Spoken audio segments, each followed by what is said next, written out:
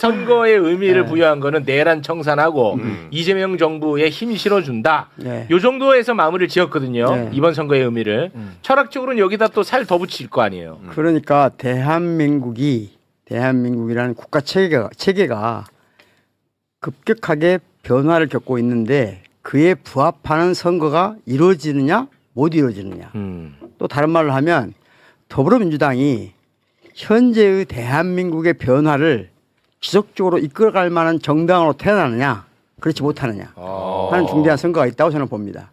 그래서 간단한 문제의 출발점을 생각해 보면 그러니까 지난번 박근혜 탄핵, 대선, 문재인 정부 탄생, 그다음에 치러진 지방선거, 이번에 윤석열 탄핵, 그다음에 대선 그리고 지방선거 똑같았거든요. 네네네. 거의 똑같은데 결정적 차이가 있어요.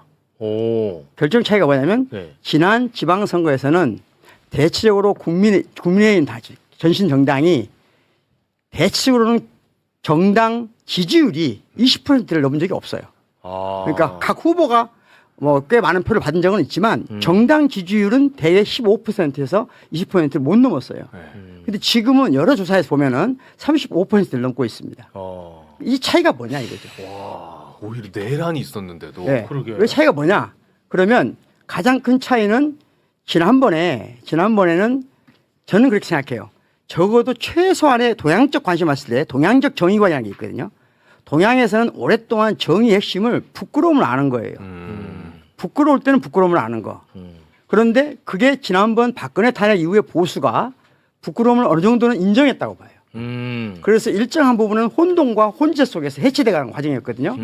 그런데 그때 자기들이 실패했다고 보는 거고 그러면서 지금은 인정해서 실패했다. 네, 그래서 실패했다고 보고 오히려 지금은 뭘로 뭉쳐있냐면 일정하게는 분노로 뭉쳐있는데 분노가 신념화된 형태인데 그게 뭐냐 극우를 박근혜 정부 때까지만 하더라도 극우를 사용하고 이용했어요. 거기서 멈췄어요. 그런데 윤석열 정부가 한 가장 큰 잘못된 지는 뭐냐면 극우를 제도화한 거예요. 극우를 제도화한다는 건 무슨 말이냐.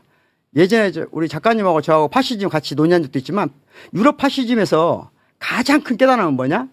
극우를 제도화하는 순간 언제든지 그 나라는 파시즘에 의해서 지배될 수 있다는 거예요. 그럴 수 있겠네. 그게 실제 유럽 사람들의 합의고 그래서 지금 유럽 사람들은 저 독일이나 프랑스나 이태리 사람들은 어떤 경우에도 극우와 연정하지 않는다는 거거든요. 그런데 그걸 윤석열이 깨트렸어요.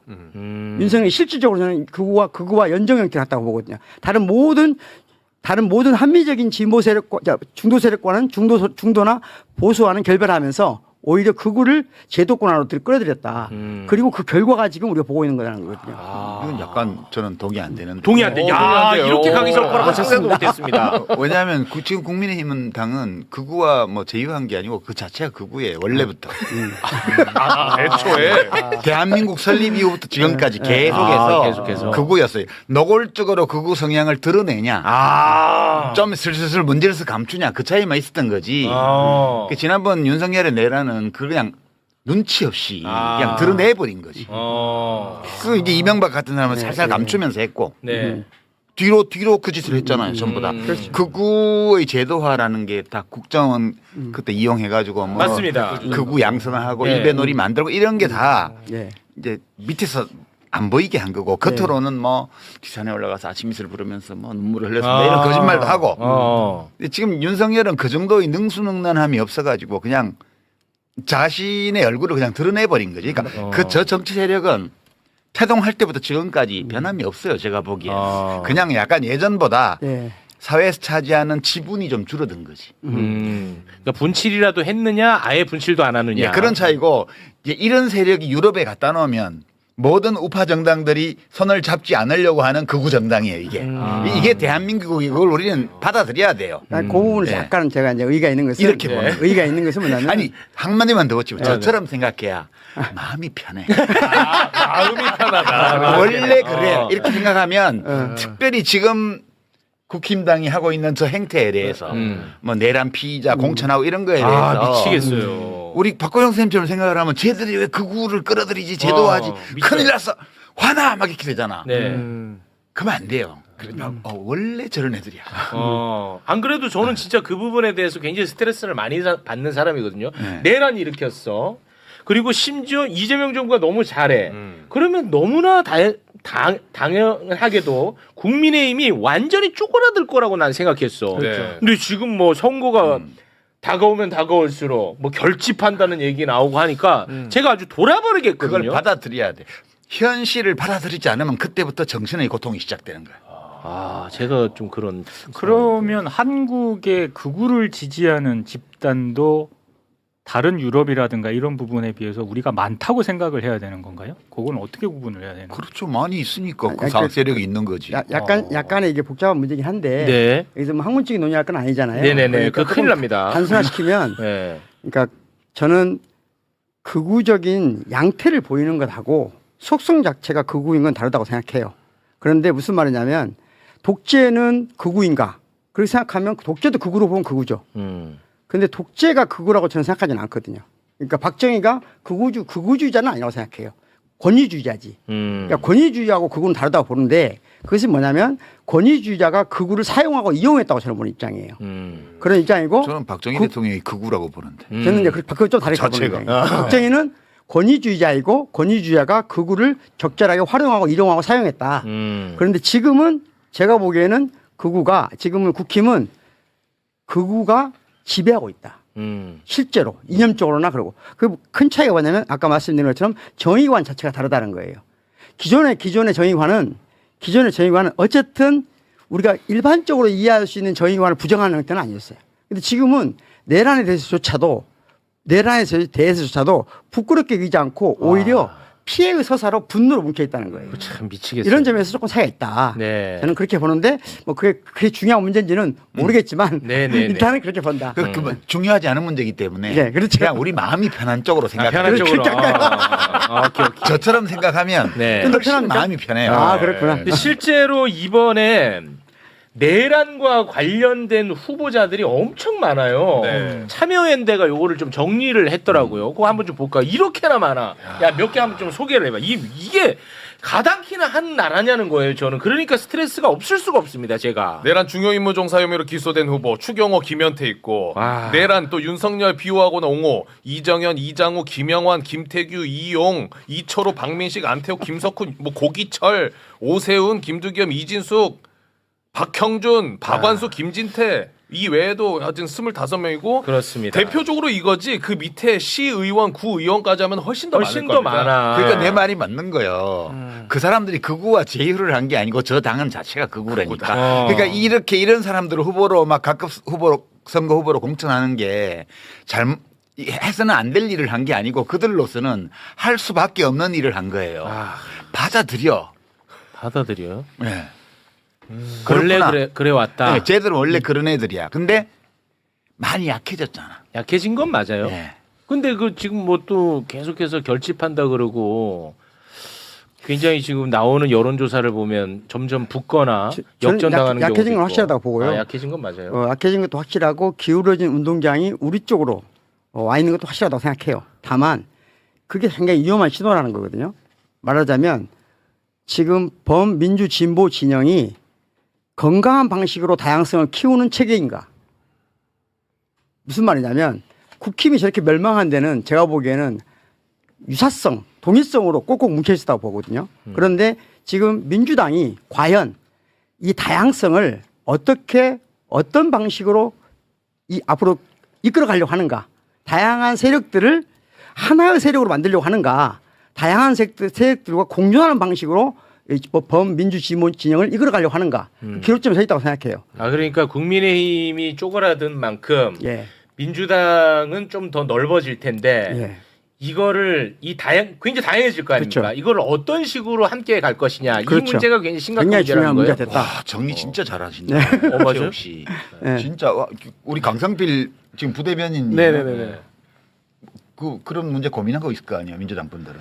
그렇죠. 근데 저는 방금도 여쭤보고 싶었던 게 그러면 그 구구가 좀 줄어들고 있는데 왜 20대 이 젊은 사람들은 구구 보수가 늘어나고 있는지 사실 우리가 여론조사를 돌릴 때마다 계속해서 이 젊은 층들이 오히려 더 4.19나 5.18 보면은 더 젊은 사람들이 분노하고 거기서 대항을 맞아, 해야 되는데 그래왔지. 왜 지금 이렇게 반대되는 현상이라는 전 그게 그 궁금해요. MB가 뿌린 씨앗이잖아. 논점 일탈하지 말고. 그건 제가 민주당 분위기 어때? 이 문제 지금 최욱 씨가 정리한 이 문제 있잖아요. 네네네. 뭐 생각이나 해? 왜 그렇게 아프게 하세요? 고민이나 하냐고. 부대변님은 그런 지위에 있지 않을 것 같고. 아우 무슨 네, 소리? 지금- 난 종편 수계들을 잘 보고 있거든. 네. 민주당을 대표해서 나눈 종편 출연자들을. 네. 그 저분들의 말 속에 저는 민주당 당원도 아니고 그 내부 사정을 모르니까 무언가 그들이 이 고민하는 문제들이 좀 비쳐 나올 거다라고 이렇게 기대하면서 이렇게 좀 이렇게 보고 있는데 본 잠정적인 결론은 고민이 한 개도 없구나. 그런 잠정적으로 그런 느낌을 받았어요. 어때요? 아니 저희도 철학적으로나 뭐 당연히 고민하죠. 다만 저희 같이 이제 부대변인단이나 뭐 마치 방송에 나오시는 분들은 이 현황과 관련해 가지고 팩트로 저희가 검증을 하고 싸워야 되는 그런 입장이 있어서 그럼 그런 매일같이. 것들을 말할 수 있는 심도 있는 시간이라든가 기회나 그게 조금 부족한 면은 있다. 아. 방송에 이 고민하시죠. 문제가 네. 저는 지금 평택 선거에서 드러난다 보거든요. 아유, 또 때문- 평택이야. 아니 그것 때문에 핵심. 지금 이 문제 문제가 때문에 평택 선거에 집약돼 있다고 아니 저는 생각해요. 그러니까 이 문제 때문에 사람들이 마음이 불편해. 그렇습니다. 그러니까 이 질문에 대해서 민주당 쪽이 명확한 답을 주지 않더라도 저 답을 가지고 있구나. 그리고 대충 그 답은 이런 것 같아라고 짐작할 수 있으면 사람들이 마음이 편해. 자 그러면은 뭐 근데 그거 안 느껴지기 때문에 지금 지금 지방선거를 보는 모든 그런 시각들이 네. 불편함이 묻어 있는 거예요. 지금 걱정이 묻어 있고. 자 그러면 그 얘기 할게요. 안 그래도 아니 저는 진짜 이것과 관련해 가지고 솔직히 궁금한 게 되게 많아요. 저는 그런데 요거 일단 하나만 확인하고 갈게요. 여기 계신 분들 다 똑똑하신 분들이니까 댓글상으로는 굉장히 뜨겁잖아요. 평택 을이. 네. 근데 실제 대한민국의 그냥 많은 국민들도 이 현상과 이 사안에 대해서 이 정도로 뜨겁게 관심을 갖는 건 맞아요? 관심은 있죠. 아, 그거는 사람들이 맞아요. 표현은 잘 안 하는데 아, 그건 맞고. 관심은 많아요. 근데 이제 이게 이 평택을 문제는 그냥 하나의 상징적인 거고요. 평택을이 왜 저렇게 시끄러워 보이냐는 평택을 자체가 문제가 아니고 그 자체도 문제지만 지금 최욱 씨가 정리했던 그 문제 있잖아요. 지금 구조가 이렇습니다. 철학적으로 하면 복잡한데 그냥 외부의 적이 약해졌어요. 네. 그렇죠. 예? 외부의 적이 약해지면 내부의 싸움이 생기게 돼요. 이게 좋다 나쁘다 따질 필요도 없고 원래 그런 거예요. 자연의 섭니다. 그런 거예요. 외부의 적이 약해지면 내부에서 싸움이 일어나요. 근데 이제 어떤 정당이나 정치 세력이 얼마나 건강하며 어떤 희망찬 미래를 열 수 있는 주체인가를 판단할 때 외부의 적이 약해질 때 내부에서 권력 다툼이 일어나는 건 불가피하고 자연스러운 일인데 이거를 어떤 방식으로 해내냐 이걸 보면 그 집단 알 수 있어요. 얼마나 믿을 수 있는지. 그러니까 최욱 씨가 아까 정리한 문제가 이 문제예요. 네. 뭐 추상적으로 얘기하면 다양한 세력을 어떻게 하나의 목표 아래에서 결속해서 서로 연대 협력하면서 함께 나아갈 것이냐. 공동의 선을 이루기 위해서 최대한의 영향을 발휘해 나갈 것이냐는 문제인데 지금 민주당에서 이 지방선거 본격 들어가기 전부터 벌어진 여러 양상 작년 말 금년 초부터 이게 외부의 적이 약해졌기 때문에 내부에서 권력 다툼이 생기는 것은 필연적인데 이 권력 다툼을 어떤 방식으로 지금 하고 있는가를 보면 네. 너무너무 저열한 방식으로 이게 진행되어 왔어요. 그리고 평택을의 공천, 그다음에 평택을 선거가 진행되는 과정에서 드러난 조국혁신당과 민주당 사이 여러 문제 이런 것들은 그 반영이라고 나는 보는 거예요. 알겠습니다. 예. 저 작가님 진행의 효율성을 위해서 제가 불편하더라도 요 얘기를 먼저 하고 분석으로 들어갈게요. 그러죠. 네, 왜냐 댓글도 그렇고 이게 해결이 안 되면 뒤에 거를 들으려는 준비가 안 될 겁니다. 네. 네. 저와 또 가까운 분도 이런 얘기를 하더라고요. 뭐냐 유시민은 조국을 대통령으로 만들어야겠다라는 정답을 하나 만들어 놓고 그 정답 아래에서 논리를 개발해낸 것 같다.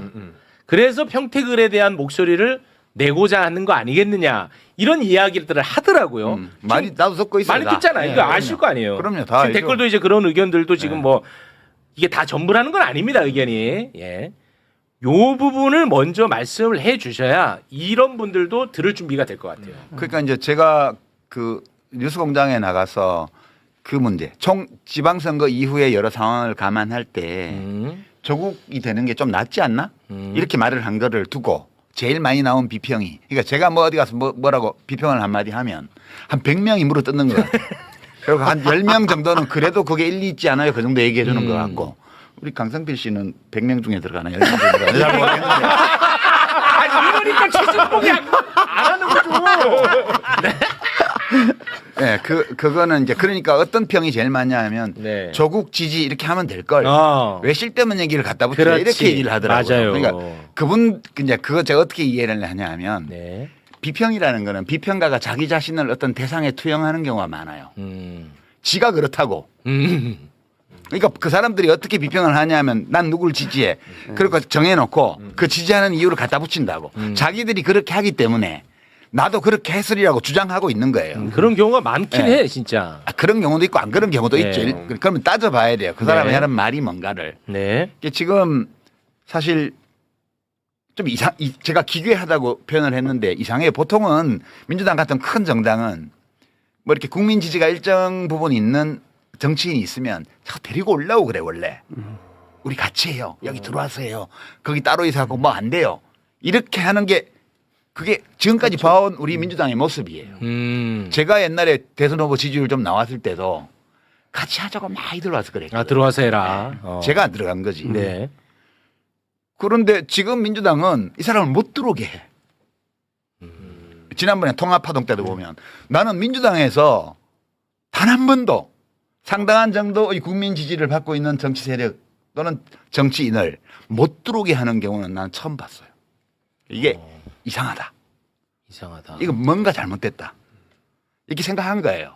그래서 그 맥락에서 이 조국이라는 사람이 정치적으로 살아있는 것이 박보영 교수 얘기하신 넓어진 그러니까 저쪽이 외부의 적이 위축되면서 약해지면서 커진 이 내부와 주변 여기를 민주당이 중심이 돼서 포괄해 나가면서 대한민국을 잘 운영해 나가는데 중요한 문제 중에 하나인 것 같다. 이 판단을 저는 한 거예요.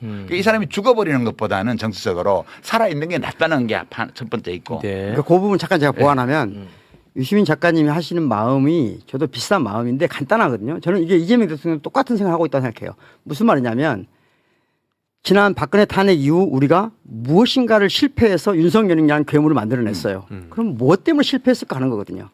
그중에 우리가 확실한 것은 무엇이냐. 저는 이렇게 생각해요.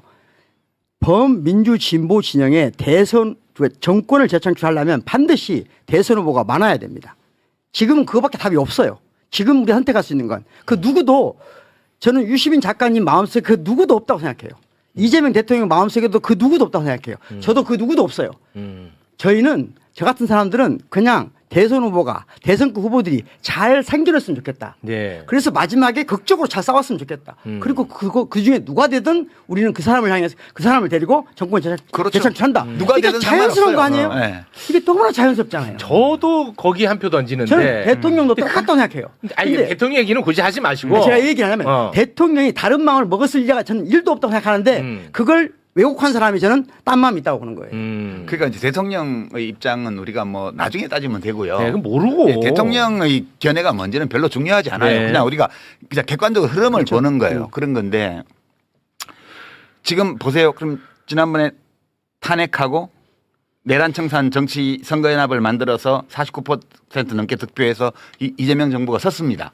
지난 대선 때는 일치 단결해 있었어요. 그렇죠. 그렇죠. 범민주 진보 진영이. 네. 근데 저쪽이 약해졌잖아요. 이제 대선 끝나고 나서. 그렇죠. 대통령 인기가 높아요. 지지율이 높아요. 국민들이 정부를 신뢰하고 있어요. 네. 이따 우리 데이터 보겠지만 MBC 여론엠 보면 지난 1년간의 국정수행 지지율은 60대 30이에요. 잘한다 60, 못한다 30. 크게 변동 없어. 네. 그 윤석열 때는 못한다 60, 잘한다 30이었어요. 정반대네요. 네. 네. 그렇게 돼 있는 조건에서 지금 지방선거를 치르고 있고 전국이 운영이 되고 있는데 이 상황에서 그 이쪽 내부를 보면 엄청 느슨해졌습니다 지금. 이게 이제 아까 얘기한 외부의 적이 약화되면 내부의 균열이 생기는 증상이에요. 어쩔 수 없어요. 이 약화되는 건 불가피해요. 네네. 그러면 외부의 적이 약화된 상태에서 이 범민주 진보 진영의 결속과 연대 연합 또는 조율 이런 것들을 할 수 있는 어떤 걸 만들어내야 돼요. 근데 그 책임은 주로 민주당에 있죠. 민주당이 압도적인 비중을 갖고 있기 때문에. 그렇죠. 근데 민주당이 이 일에 대해서 하나도 안 해요. 아무것도 안 해요. 그러고 필요할 때는 작은 정당들을 끌어다 쓰고 국회에서. 지금까지 해온 양상은 뭐냐면 아무것도 안 합니다. 양상은 뭐냐면 중도나 우파적 성향을 갖거나 심지어 약간은 위험한 정도의 우파적 성향을 갖는 사람들을 끌어다 썼어요. 하지만 왼쪽 날개에서는 그 누구도 활용하지 않았어요. 예. 다시 말하면 민주당 밖에 있는 사람을 끌어들일 때 제가 보기엔 진정한 의미에서 연합정당을 하고 진정한 의미에서 미래를 위한다면 쉽게 말하자면 기본소득당이나 또는 그 밖에 뭐 진보당이나 그 밖에 다른 정당들이 사회민주당에 있잖아요. 네. 저는 조국당은 다른 문제라고 생각합니다. 그런데 그런 다양한 정당들의 다양한 인력들을 저는 최소한이라 써야 된다고 생각하거든요. 그런데 그런 제스처가 없었어요. 전혀. 정당도 없었고 정부도 없었어요. 근데 이제 그 문제보다 더 심각한 거는 이렇게 진단을 누가 하잖아요. 네. 그러면 지금 어떤 네트워크가 만들어져 있냐면 지금 언론은 조국에 불리한 보도는 옛날에 엄청나게 많이 했고 지금도 많이 하고 있어요. 그러나 조국의 경쟁자에게 불리한 사건은 어떤 사실이 나와도 거의 보도 안 합니다. 지금도 마찬가지예요.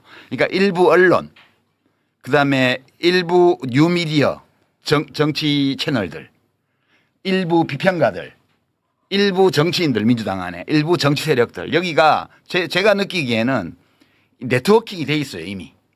경위는 모르지만. 그래서 지금 이 지적을 하잖아요. 그러면 가짜 정보로 이걸 논박하는 방식으로 일제히 합니다. 예컨대 지금 정구영 선생님 이렇게 저 박광 선생님 얘기했는데 왜 안 갖다 썼어? 갖다 썼잖아 이런 식으로 반박합니다. 그러면서 그 노동부 장관은 뭔데? 노동부 장관 정의당이야. 옛날에. 지금은 당적을 모르겠지만. 정의당이고 정의당은 지난 대선 때 연합 안 했어요. 그렇잖아요. 네. 그다음에 배진교 비서관 그 사람은 정의당 하다가 민주노동당 정의당 하다가 민주당으로 왔던 사람이잖아. 그러니까 완전히 다 사실이 아닌 것들을 가지고 지금 걱정이 되어서 지금 그러니까. 박고영 선생님도 그렇고 저도 그렇고 예. 연합 걱정이 되는 거야 앞으로가. 앞으로 걱정돼요. 네, 건강한 걱정이 되어서 연합은- 이걸 비평을 하면 예.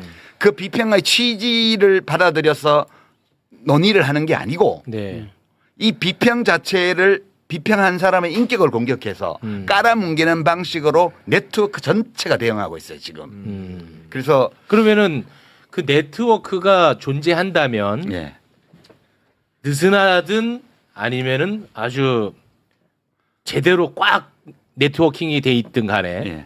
그들은 무엇을 위해서 그렇게 네트워크가 연결돼 있는 거예요? 그 지금은 뭐 제가 증거가 없어서 말은 안 하겠고요. 네. 그러니까 예컨대 그 한 6개월 전부터 문조털레로 묶어가지고 지금 공격하고 있습니다. 계속 인신 공격을 문재인 대통령 비하하는 것부터 시작됩니다. 문재인 대통령 비하, 조국 비난, 정청래 욕하고 이제 김어준 유시민 비방하고 이렇게 딱 묶어져 있어요. 이게 저는 무지무지하게 조직적으로 지난 6개월 동안 진행되어 왔다고 보고요. 네. 이게 그냥 그렇게 어떤 사람이 만든 사조직이 이렇게 하고 있다면 별 문제 아닌데 네.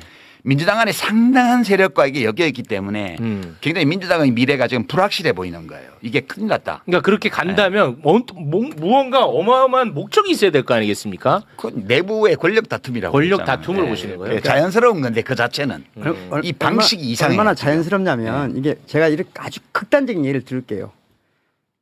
사회주의 혁명이 성공하고 모든 세력이 척결된 일당체가 된단 말이에요. 그러면 그때 가장 폭력적으로 변합니다. 그렇죠. 당 내부가. 언제나 그래요. 그러니까 지금 우파가 극우화되면서 저는 약해지다 보니까 범민주 진보 진영 내부가 지나치게 폭력적이에요. 그렇죠. 무지하게 폭력적입니다. 네, 지금. 이게 너무 지나칠 정도로 폭력적이에요. 무슨 말이냐면 마치 뭔가 죽일 것처럼 다 인격을 너무 쉽게 다 야단해버려요. 아니 전임 대통령에 대해서도 이런 식으로 우리 민주당 범민주 진보 진영들이 대통령에 대해서 조금 마음에 든고 안 들고 있는 부분이 있는 건데 그렇죠. 그런 거 인격적으로 살인해버려요. 이런 일은 없었어요. 그런데 이런 일이 왜 생겼냐? 저는 첫 근본적인 원인은 우파가 극우화되고 우리 내부가 너무 펑퍼짐해졌다. 그런데 이때 가장 중요한 문제는 뭐냐? 우리가 이 다양성을 어떻게 관리하고 어떻게 이끌어갈 것인가에 대한 저는 합의가 있어야 한다고 생각해요. 합의 과정이 필요하다고 보고 숙고가 필요하다고 봐요. 그런데 그 문제에 대한 숙고가 없이 권력 싸움만 한다. 그게 너무 지나치다. 자, 어찌됐든 두 분은 이 상황이 걱정이 돼가지고 그렇죠. 말씀을 하시는 네. 거라면 저는 6개월 전부터 계속 말씀하셨죠. 네. 그 굉장히 그 같은 맥락 속에서 말씀을 계속 하신다는 걸 제가 느끼고 있는데 그렇다면 그거를 잘 설득하는 것도 굉장히 중요하지 않습니까? 그렇죠. 근데 지금 설득은 잘 안 되는 것 같아 보니까. 설득 안 돼요. 안 돼요? 예, 굉장히 지금 양상이 폭력적이고 제가 이제 하나 단서를 달겠는데 이번 이제 오늘 저게 시작됐습니다. 사전 투표가. 그렇습니다. 그러니까 지금 내란청산 정치연합을 유지를 해야 돼요. 지금. 그래서 유력한 후보는 다 지금 민주당 후보들이에요. 광역 단체장 포함해가지고 웬만한 시군구 단체장 후보들은 다른 당 후보들이 될 때가 호남 빼고는 없습니다. 호남의 일부 지역에서 조국혁신당 후보들이 뭐 경합하고 있다 그러고 나머지를 제외하면 거기를 제외하면 나머지는 지역구 후보는 민주당 후보밖에 없어요. 사실상 99.99%. 거기를 투표를 해줘야 돼요. 그렇죠. 네, 거기를 투표를 해서 그 지난 대선의 지금 연장전이거든요. 이게 2라운드예요 지금. 지난번 네. 대선이 1라운드 내란청산. 지금 지방선거가 2라운드고 2년 후에 3라운드 총선이 또 있습니다. 그러니까 1라운드 연합을 2라운드에서 유지해야 돼요. 강화할 수 있으면 강화하고. 그렇게 해서 표를 다 찍어줘야 됩니다. 나와서 투표해야 되고 민주당 후보에게 표를 찍어서 국힘 후보를 떨어뜨려야 돼요. 이게 지금 내란청산 2라운드이기 때문에. 그렇죠. 그런데 민주당에서는 그것만 하라는 거야 지금. 유권자들 보고. 누구를 내든 어떤 함량미달 후보를 내든 어떤 문제 있는 후보를 내든 우리가 후보 냈으면 잔소리하지 말고 이 국짐 제로의 대의에 동참하는 자라면 다 우리 후보를 찍어줘야 돼. 너네 당원들 중에서 딴 당 후보 지지하면 징계할 거야. 이런 식의 폭력적인 은사를 당 조직에서 막 내고 있습니다. 이거 저는 적신호라고 봐요. 그래서 유권자들은 구분해야 됩니다. 지금 옛날 같으면 화나서 나 탈당해. 절대 탈당하면 안 되고요. 어느 당이든. 그 당에 몸담고 있으면서 그거는 나중에 바로잡으면 돼요. 선거는 이 내란청산 선거연합의 승리를 담보할 수 있도록 최대한 투표를 하시고. 그죠? 그 다음에 평택을해서 누가 되냐. 무슨 상관이 있어요 솔직히. 아니 여야 구도가 변하기를 합니까? 뭐가 바뀌어요? 입법권과 관련해서는 이번 지금 보궐선거 10몇 개 있는 지역이 어떤 결과가 나더라도 국회의 입법권 행사에는 아무 영향이 없어요. 네. 그래서 이거를 의식하는 사람들이 그 뒤를 생각할 때 다시 국회에서 검찰개혁을 완수하고 그다음에 3라운드 2년 후에 총선 때 또 연대연합을 만들어내는 그다음 또 대선까지 가는 이걸 내다보는 당원들이나 지지자들은 이걸 걱정해서 지금 평택에서 고민하는 거거든요. 자기가 민주당 평소 지지자고 당원임에도 불구하고 정말 민주당 후보를 찍어야 돼. 이 고민하는 마음을 알아주고 그분들에게 우리도 그런 고민을 하고 있다고 얘기를 하고 그럼에도 불구하고 우리 당 후보니까 찍어달라고 부탁하는 거는 가능해요. 근데 니네 안 찍으면 징계할 거야. 이런 태도는 저는 민주당 계열의 정당에서는 처음 봤어요. 그건 제가 알기로는 걷어들인 것으로 알고 있어요. 처음에 그 경기도당이 네, 그런 네. 식으로 성명서를 냈는데 그건 제가 보기엔 폭력계이거든요. 알겠습니다. 제가 그러면 약간 좀 논의를 조금 그러면 좁혀가지고 네. 요 우리 강성필 부대변인님한테 한번 좀 질문을 하겠습니다. 그 민주당 정치인 중에서도 이런 얘기를 하는 사람이 있어서 네. 제가 한번 이 세계관이 제가 정리가 안 돼서 한번 좀 여쭤보는 건데 평택을 김용남 후보가 민주당 후보니까 그렇죠. 김용남을 우리가 반드시 당선시켜야 된다. 네. 그건 이상할 게 없어요. 그럼요. 그런데 같은 사람입니다. 네. 그런데 전북도지사는 무소속 김관영 후보가 되면 안 될 거 아니에요. 이 논리라면. 그렇죠. 근데 이거에 대해서는 또 굉장히 반대하는 듯한 발언을 하거든요. 그러니까 김관영에 대해서 뭔가 좀 기우는 듯한 발언을 한단 말이에요.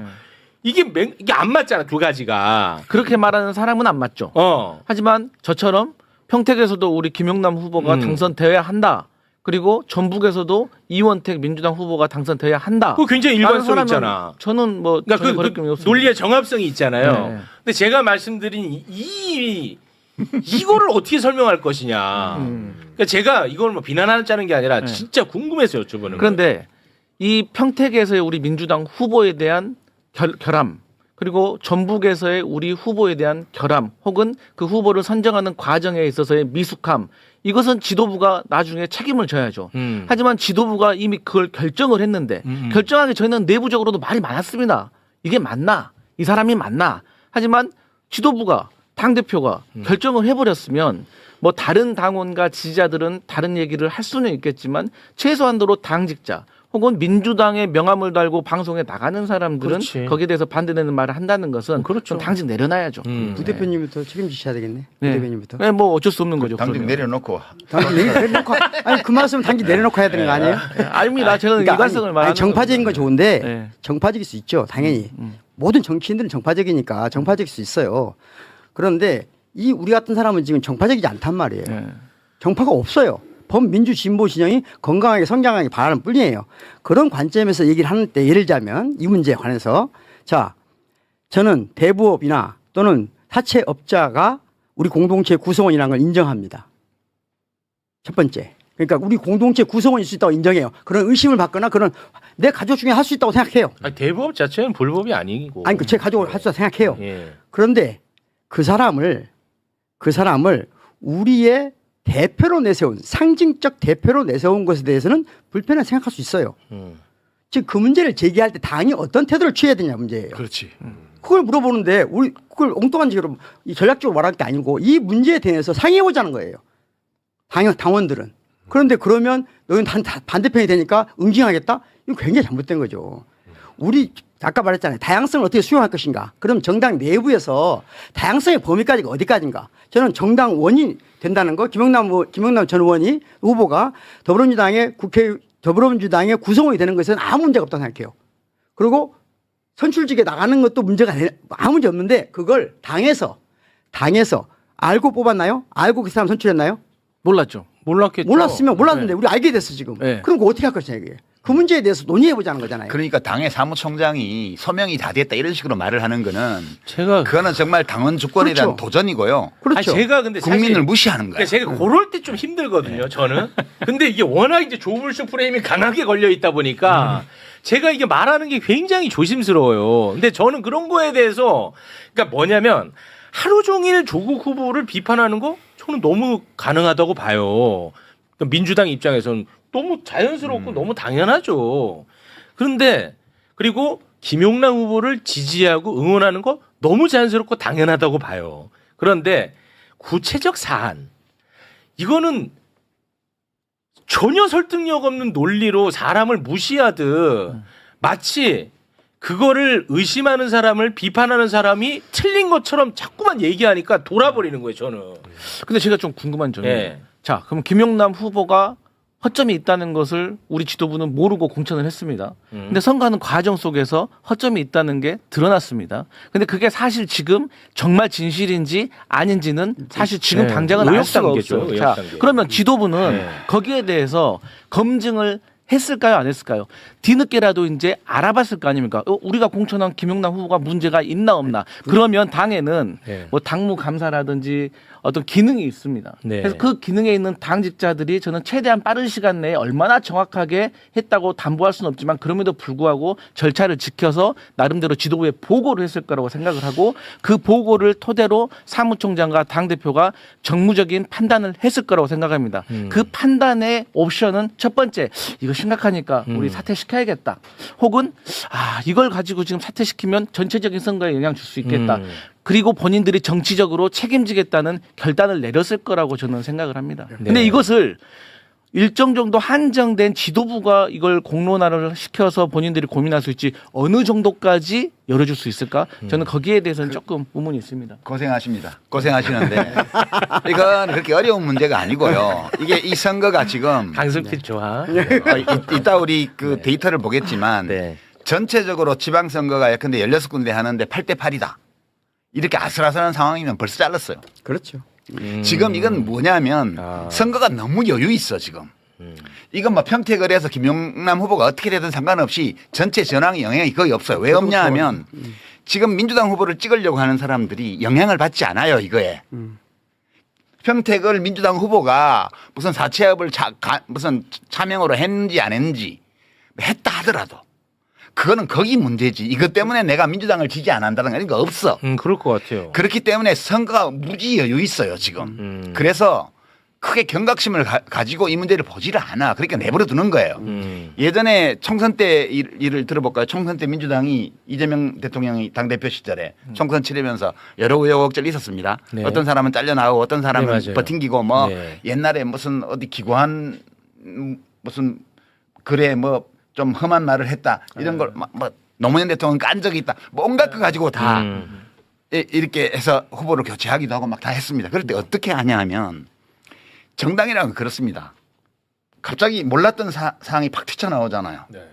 그러면 당사자하고 그 당사자를 당 지도부에 이렇게 연결해서 공천 과정에서 작용했던 정치인하고 막 수시로 통화합니다.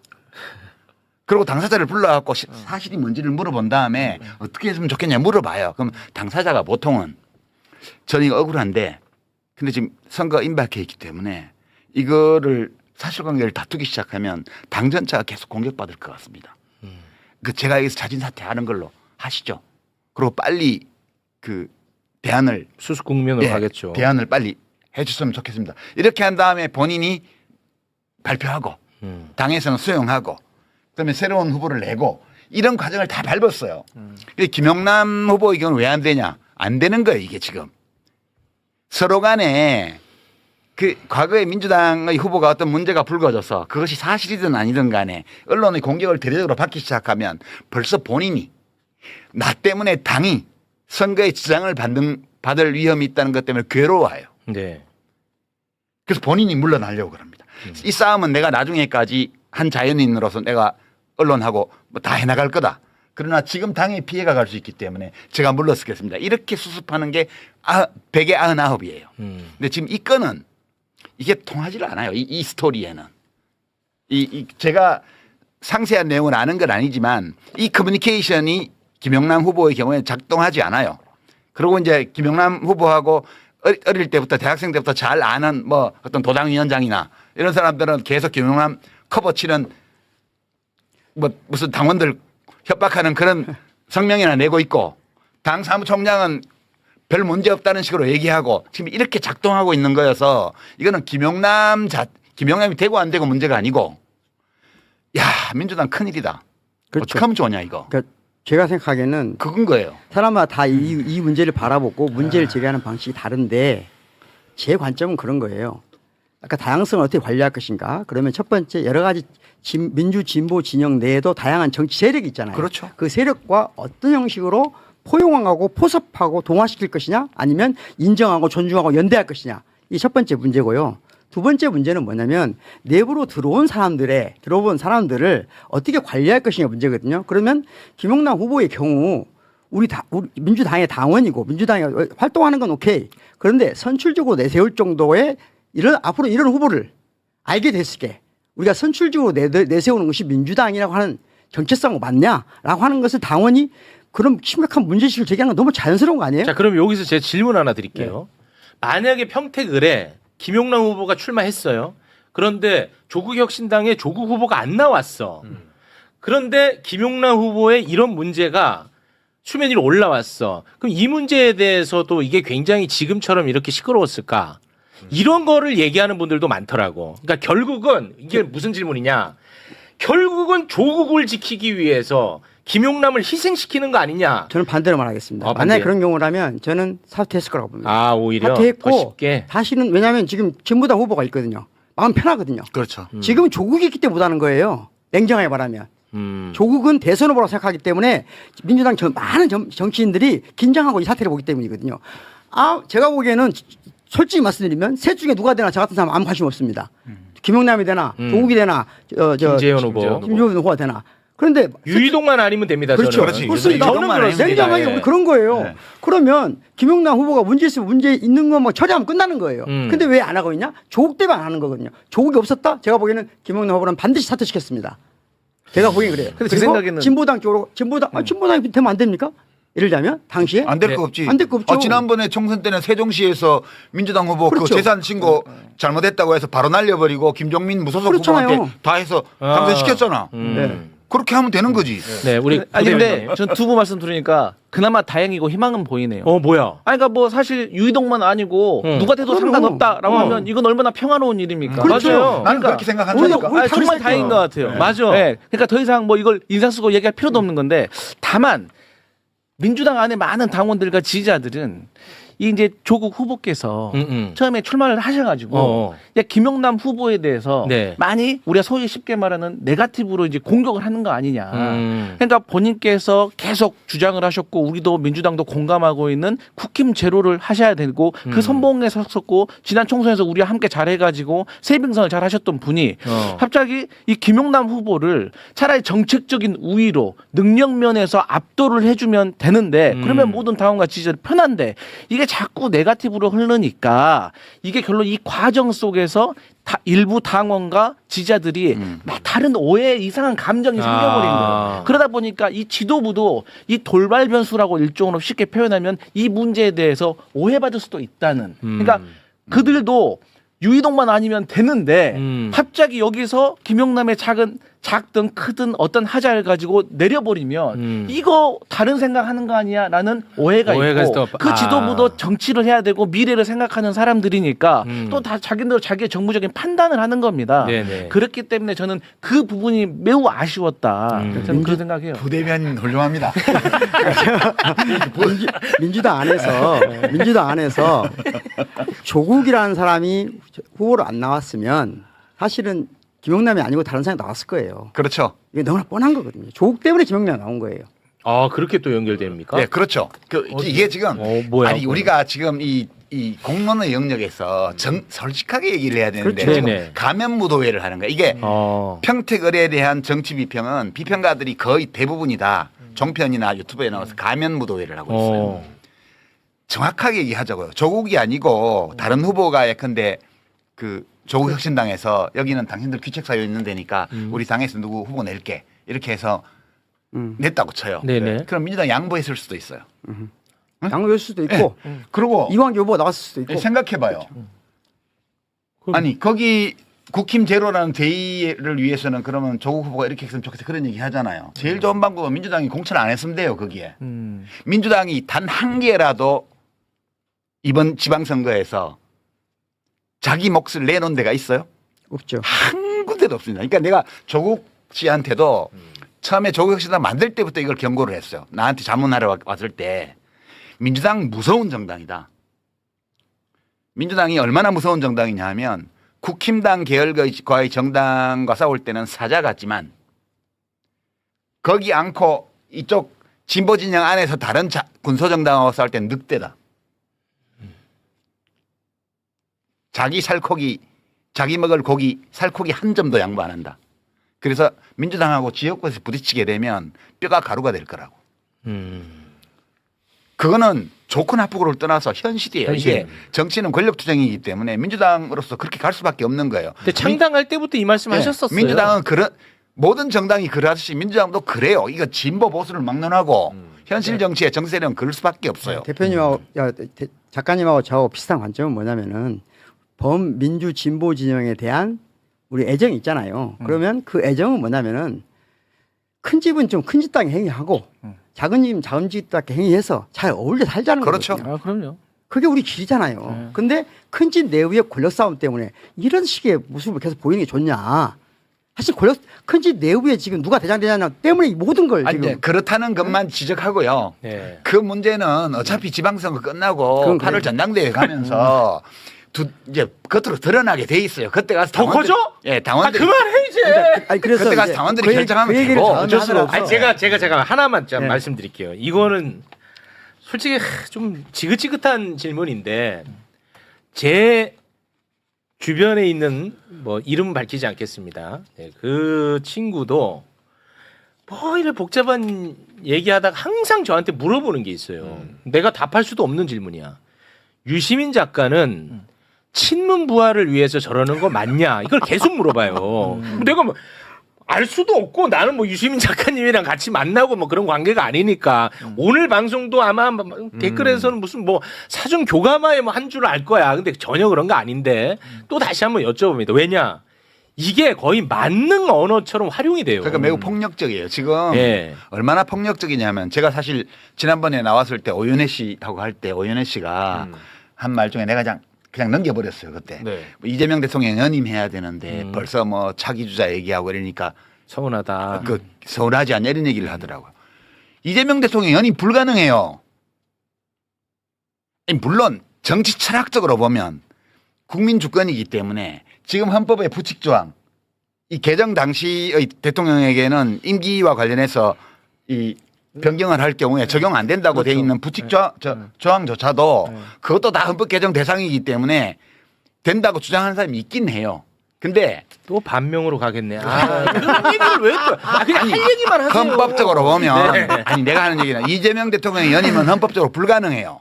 나도 이재명 대통령 연임했으면 좋겠어. 근데 불가능한데 그것이 가능한 것처럼 전제를 두고 그리고 그것을 가로막는 자로 조국, 문재인, 유시민, 김어준 이런 자들이 다 그거를 가로막고 있다는 식의 언설을 공유하면서 네. 이런 어리석은 얘기들을 해대는 거예요. 사람들이 많은 사람들이. 근데 그러니까 굉장히 많습니다. 그 얘기하는 사람 뭐 물어보세요. 친문이 누구냐고. 조국. 그러니까 그러면 조국 대통령 만들려고 그러냐 이렇게 말하면 되지. 왜 친문을 갖다 찍어 바르냐고. 지금 가장 최근의 조사를 보면 작년에 나온 거 전직 대통령 중에 누구 좋아하냐 물어보면요. 네. 제일 최근 조사는 노무현 대통령이 40%입니다. 그리고 그 뒤에 김대중 대통령, 문재인 대통령에서 합쳐서 55%가 넘어요. 네. 박정희 대통령 25%예요. 박근혜 0. 이렇게 나왔습니다. 와 진짜 영이에요 또. 그러니까 간만에 웃었네.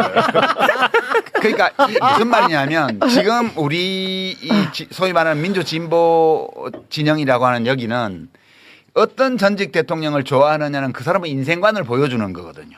세계관, 철학을 보여주는 거예요. 그렇죠. 그러니까 이 세 분의 대통령에 대한 선호가 55%라는 거는 한국의 민주주의가 매우 안정된 기반이 올라 있다는 걸 의미하는 그렇죠. 거예요. 그러니까 여기가 연합해서 지금 민주정부를 계속 김대중 정부, 노무현 정부, 문재인 정부, 이재명 정부까지 이렇게 와 있는 거라고요. 네. 켜켜이 위에 쌓아가지고 시루떡 쌓듯이 쌓아가지고. 네. 근데 여기서 누구를 쳐내고 이렇게 이런 주장을 하는 자들은 그 적진에서 온 간첩이거나 아니면 그냥 자기만의 정신 세계를 가진 독특한 사람이거나 아니면 내부 권력 투쟁을 위해서 진영을 폭파해도 괜찮다고 생각하는 자들이에요. 저는 저는 그렇게 생각해요. 고민을 많이 해봤는데요. 그러니까 답은 간단하거든요. 다시 말하면 앞으로 정권 재창출을 하고 범민주진보진의 정책을 안정적으로 끌어가려면 세 분의 대통령을 지지했던 사람들이 항상 어떤 방식으로 연대해야 돼요. 그렇죠. 다른 길은 없어요. 그런데 지금 그 길이 아닌 길을 입 밖에 내는 분들은 이유는 딱 하나라고 생각해요. 저는 나쁘게는 보지 않고 이유는 하나라고 생각해요. 그냥 이재명 정부 때 이득을 많이 얻고 싶은 거예요. 저는 그 이상도 이제 아니라고 생각해요. 그래서 그 사람들 제가 B라고 한 거예요. 아니 그만해. 이게 참 이게 그러니까 이거는 다 우리가 뒷머리에 둬야 될 문제고요.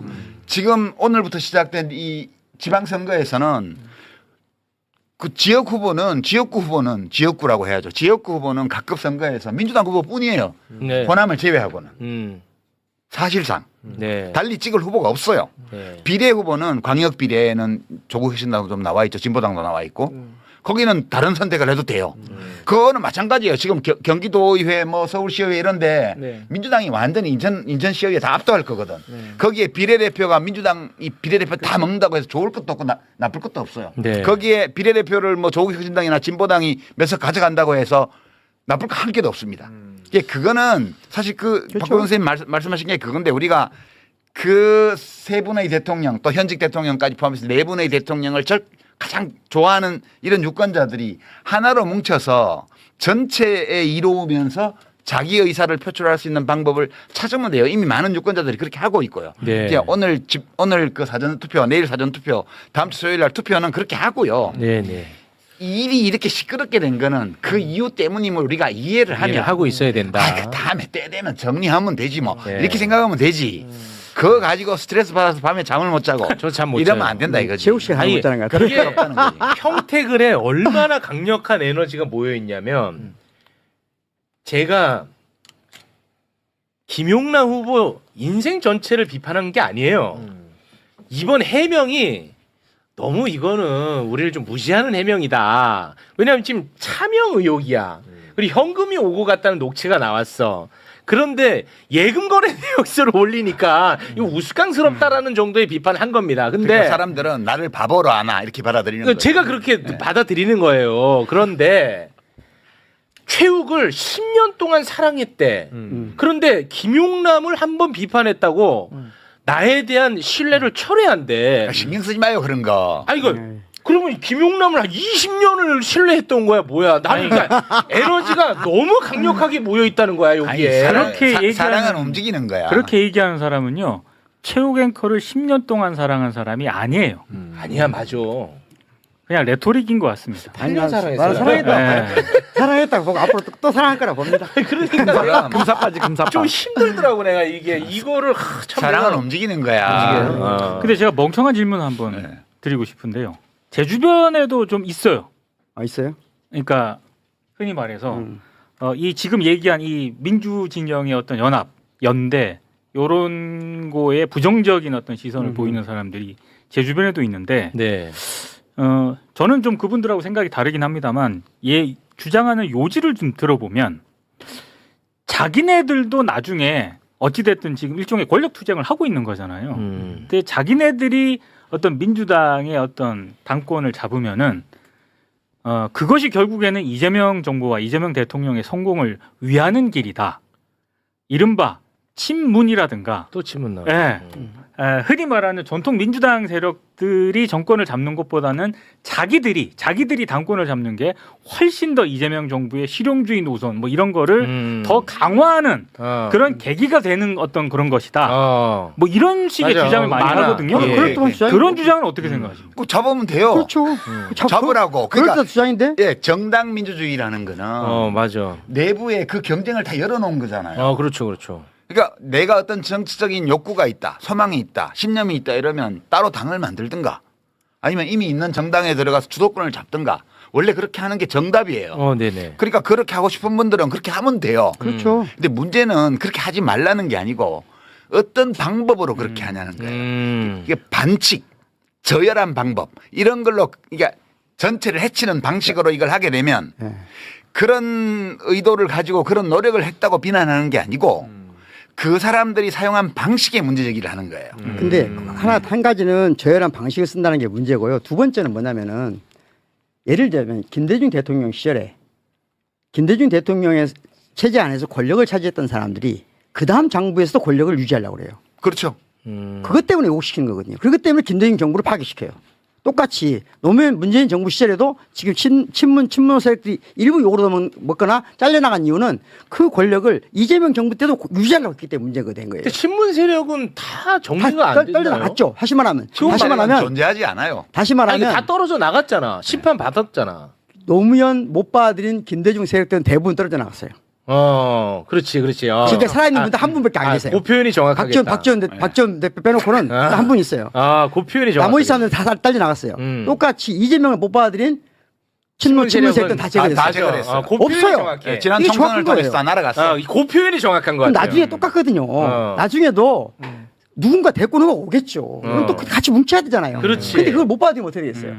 그렇게 되는 거예요. 그럼 또 이제 그 정리가 그래서 되겠죠. 저는 네 분의 대통령을 제발 좀 갈라서게 하지 말자. 그게 정서적으로 상처를 주냐. 네. 좋지 않은 방법이다. 근데 이게 왜 설득이 안 될까? 참. 안 되죠, 당연히. 적당히 하랍니다, 저보고.